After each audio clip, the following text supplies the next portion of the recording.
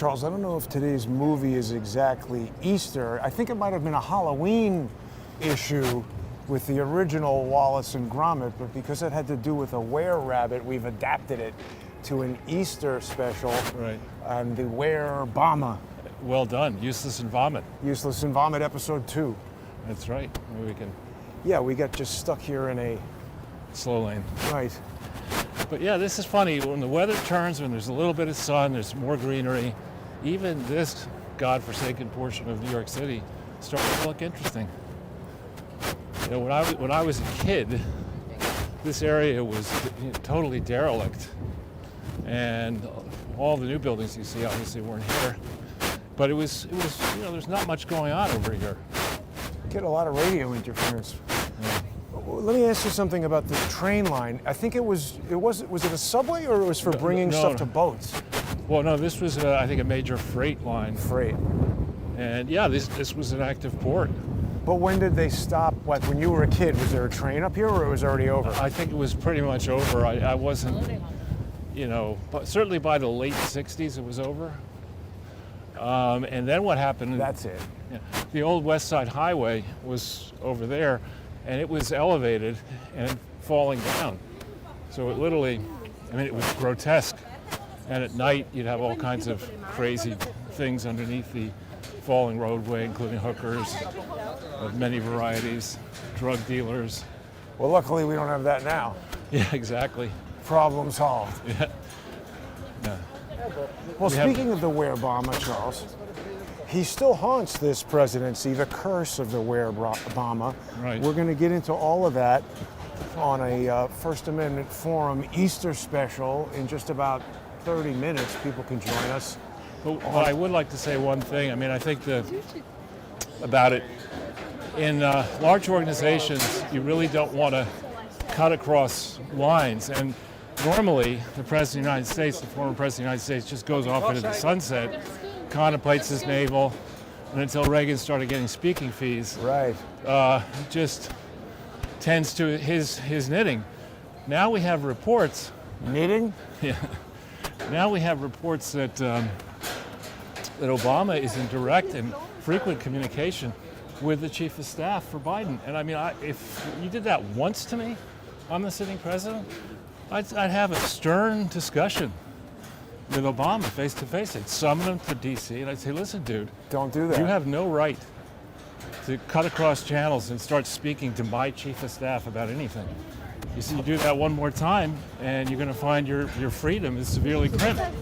You can't do that. But I think Joe can't say that because he's not an actual person with any legitimate authority. He's a stooge of the Were-Bama.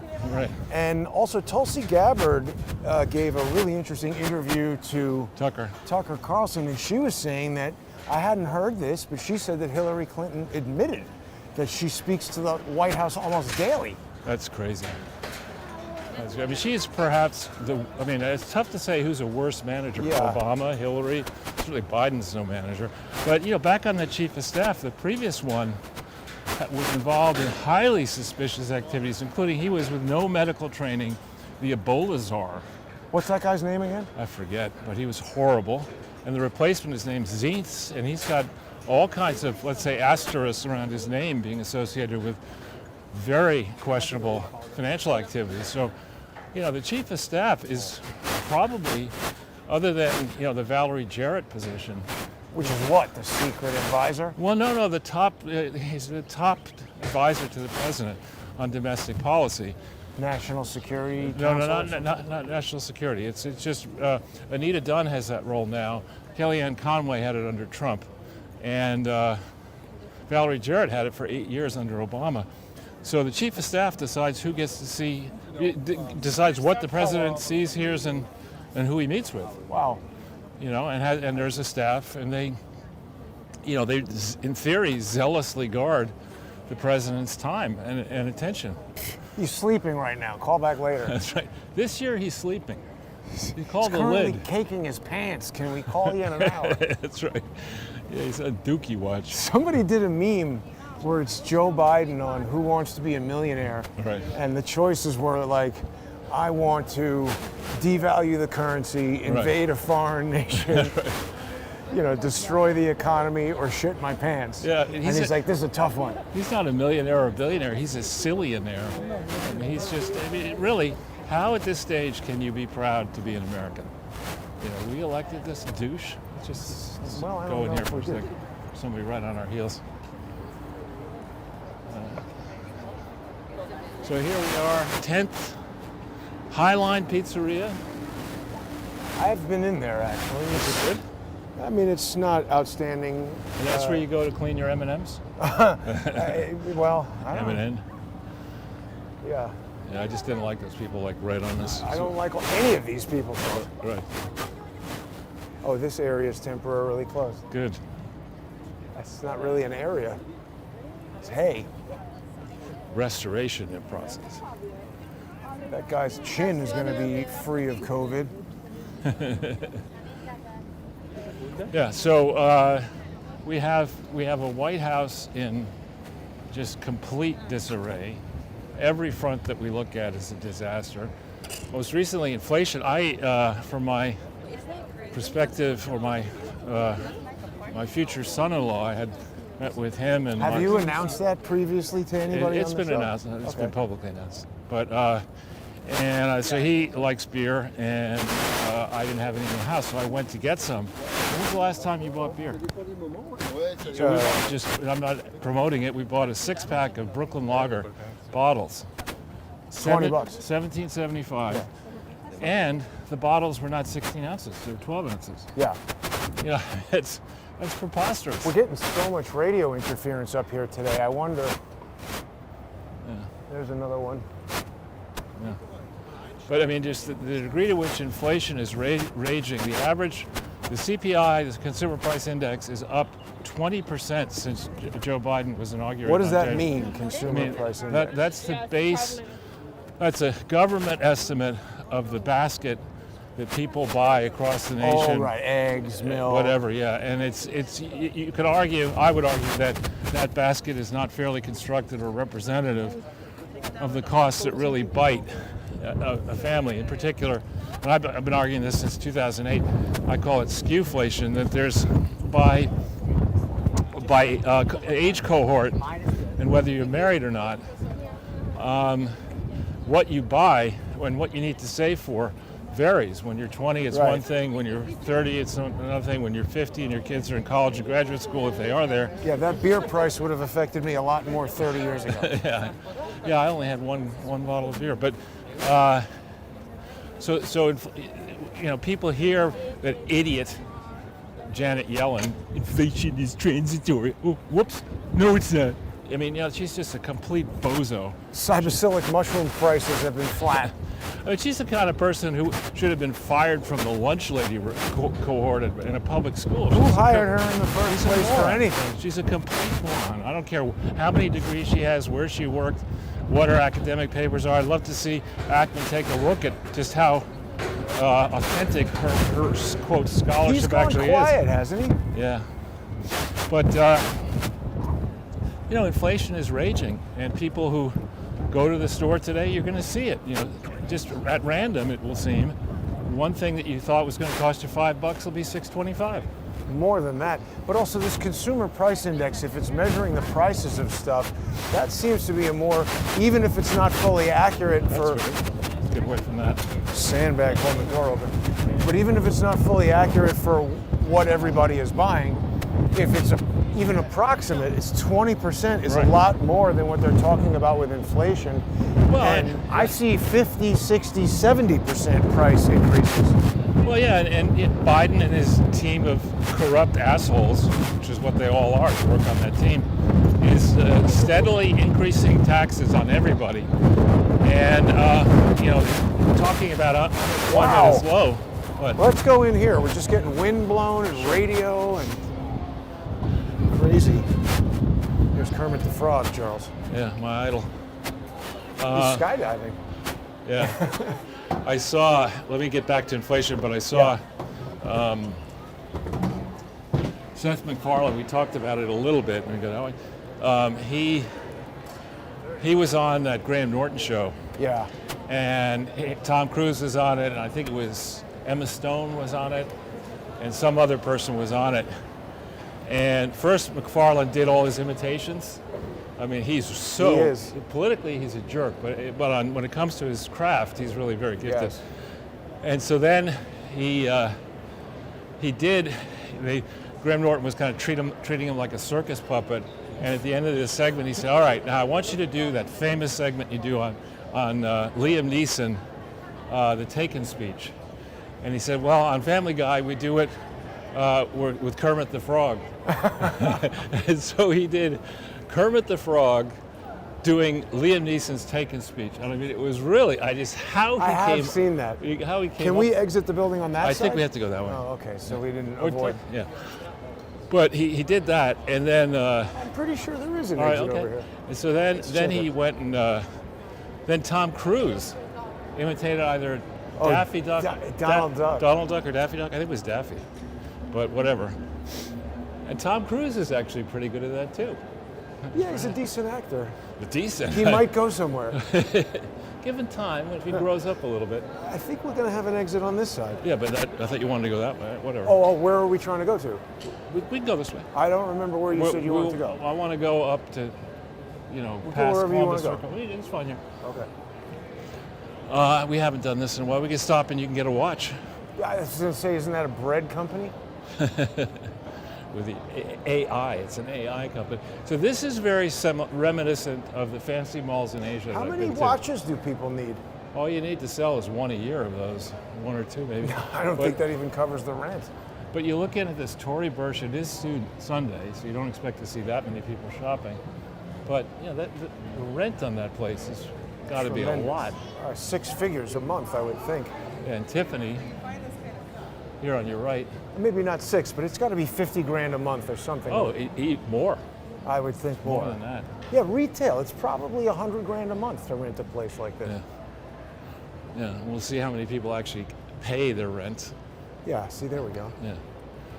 But so much of this is empty. Look ahead of you. Well, and then, we were just in that other mall that they said they're closing or whatever. Right. Suing, closing, all that. Right. So back on inflation, if prices are going up, and if when they try to brag about Bidenomics and the unemployment rate, and then it turns out, as something I've been warning about for quite a while, these estimates are they're made to make the government look good. Of course. And so the big issue is you've got part-time workers and full-time workers. And my view is that we should not count part-time work at all. That's desperation stuff. That is not the same as a full-time job at all. We should be counting full-time jobs that have pay benefits comparable to the government. And of those, there are not many, right? Right. So you don't get, here in New York City, I believe cops and firemen and garbage men and all those people and city workers, they get a pension, a defined benefit pension, after they work a relatively short period of time, and by Texting, work, smoking. yeah, and by work, they're not really working. A lot of times what they do is they get their pension, don't do anything, and hire outside contractors to do the actual work. Right. So under Biden, for all the talk and blather about how well he's doing, there have been no increases in full-time jobs. It's all part-time. And all those, the increases are gone to immigrants. What about illegal sandwiches for cash? Right, not just sandwiches. So, There's so much radio interference over here. It's terrible. I understand, but no one's going to hear us. We're getting 33rd blasted. Street. It's 33rd Street. Okay, hang on. It's getting better. Maybe it's in that building? Or... Maybe a straight shot if we can up there. Yeah, let's try up here. And so the scorecard on this administration, the objective scorecard is economics a disaster. The stock market is higher. Interest rates, though, are way higher. And so anybody who's borrowed money, and one of the largest borrowers in the world is our stupid federal government. Yeah, BlackRock. Bunch of thieves. This is their whole building, isn't it? One of them. But so the economic scorecard, I would argue, is not good. We don't control our borders. We don't know how many people are in this country with malice aforethought today it's early days. We don't know. I hope nothing dramatically bad happens today, but already various Easter celebrations have been interrupted or worse. Yeah, that one at St. Patrick's Cathedral. What kind of asshole do you have to be to start a fight in church on Easter? Right, and you know, for people who are not religious, and I'm one of them, Easter is the most holy holiday and, in theory, joyous event of Christianity. And we have to bend over backwards in this country to give deference to minority religions, without picking on any by name. And you're going to say it's okay to desecrate? They love it. You're not allowed to have any kind of religious decorations on your Easter eggs. At the White House. Right. You can have a party where somebody's breaking out their breast implants, but no religious stuff on Easter. Right, yeah, I know. And as I was saying to you earlier on the phone, had the voting electorate known that this would be the position of the Biden administration on Easter Sunday prior to the Nobody would go 2020 election, there is no way that he would have gotten the notional votes they claim that he got on election day. And people have to be quiet because they see the degree to which the government is persecuting anybody who dares criticize the Biden regime. And I think a real poll of the people who are going to vote, a lot of the young people will not vote. A lot of the groups that notionally supported Biden in 2020 are not going to vote. And the Trump team is going to be out there in full force. Not going to vote at all, or not going to vote for him? They're not going to vote. Oh, is that your car? I just going to say, why'd you park the C8 over there? What street is it on? You know, so Not a Z06. yeah. So right now, if the election were held today, and if Trump remains able to run and be on the ballots, he's going to win in a landslide, and he's going to take the House and the Senate with him. They're desperate right now, Charles. Did you see this latest expose?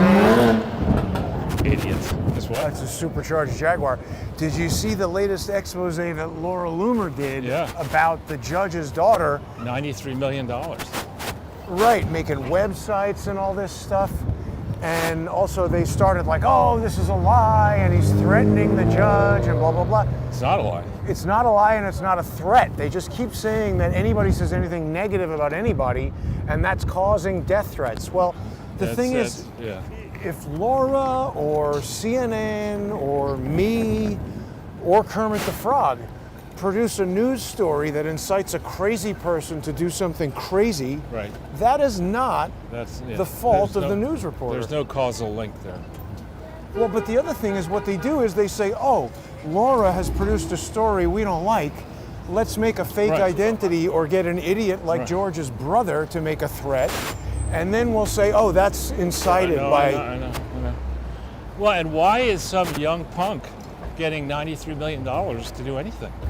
You know, I mean, the people who are raising money off the Trump impeachment and the Trump trials, that Trump is a threat to democracy, include Adam Schiff and Chuck Schumer.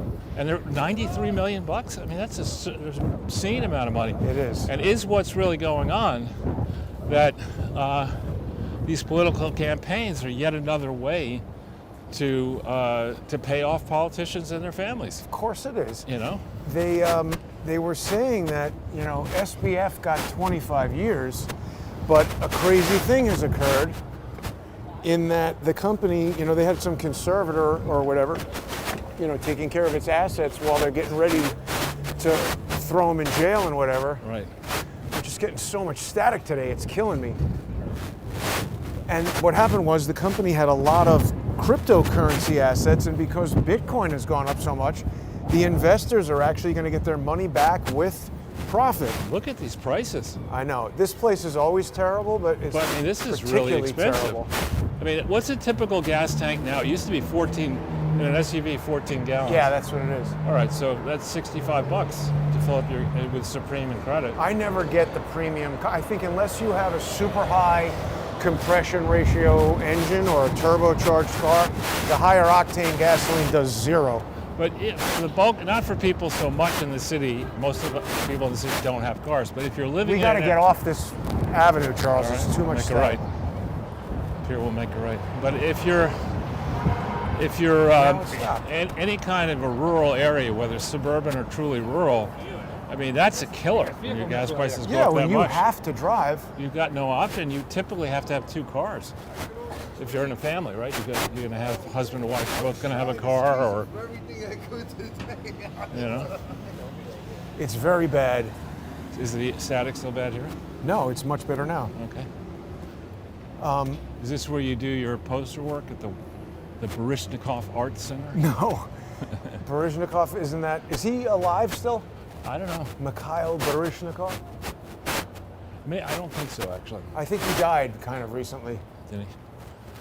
No. I like that movie where he was with Gregory Hines, Something on the Hudson? White Knights. The White Knights. And how are we doing on time? Are we exceeding the... Yeah, in about 5 minutes, Okay. people are going to be able to join us in the First Amendment Forum on odyssey.com/@crowdsourcethetruth, Right. crowdsourcethetruth.substack.com, and subscribestar.com, and patreon.com/crowdsourcethetruth. Brooklyn Fair, Charles, is Here that in like New York. garbage and urine?